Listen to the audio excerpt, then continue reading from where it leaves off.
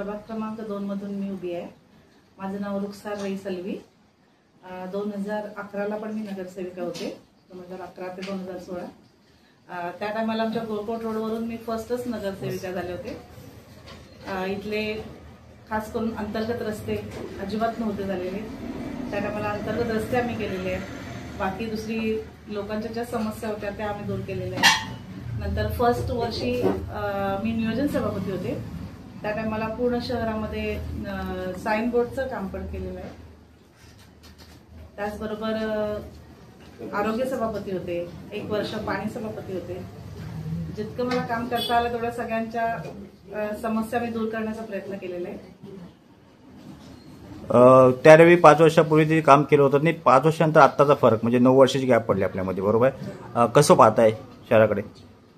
शहराकडे पाहायला गेलं तर इकडच्या अजून पण आता सगळ्यात मेन एक आमच्या इकडे राहिलंय गटार मधला माझा गॅप गेला, त्याच्यामुळे आणि ते काम राहिलेलं अजून पण मला दिसतंय। पूर्ण नाईक कंपनी पासून अगदी गोळकोट ढक्क्यापर्यंत एक सलग असं आमच्याकडे गटार नाही आहे। बिल्डर लोक समोरासमोर करतात, त्याच्यामुळे पाणी चोकअप होतंय आणि तुंबलेल्यामुळे रस्त्यावर पाणी पण येते काही ठिकाणी।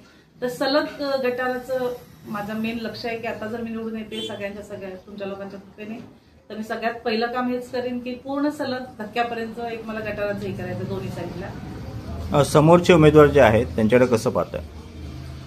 समोरचं त्यांचं काम करतायत, आपण आपल्या पद्धतीने आपलं काम करायचंय, एवढंच बोलेन। वॉर्ड 2 मध्ये मतदारसंख्या किती आहे आणि आपण ज्यावेळी प्रचाराला जात आहे त्यावेळी मतदारांचा प्रतिसाद आपल्याला कशा पद्धतीने? 2600 वोटिंग आहे आमच्या इथे। आणि आता आम्ही प्रचाराला कालच आम्ही नारळ फोडलेला आहे, तर लोकांचा उत्स्फूर्त प्रतिसाद भेटतोय।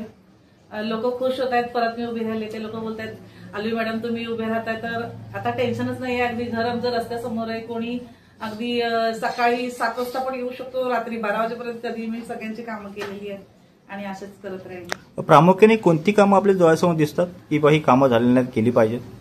एक मी बोलले सगळ्यात पहिलं की गटाराची आमच्या इकडे गोळकोट रोडला खरोखर गरज आहे। दुसरं मला असं वाटतं की आमच्या गोळकोट रोडची वस्ती तशी बघायला गेली तर भरपूर आहे, 10,000च्या वरती वस्ती आहे।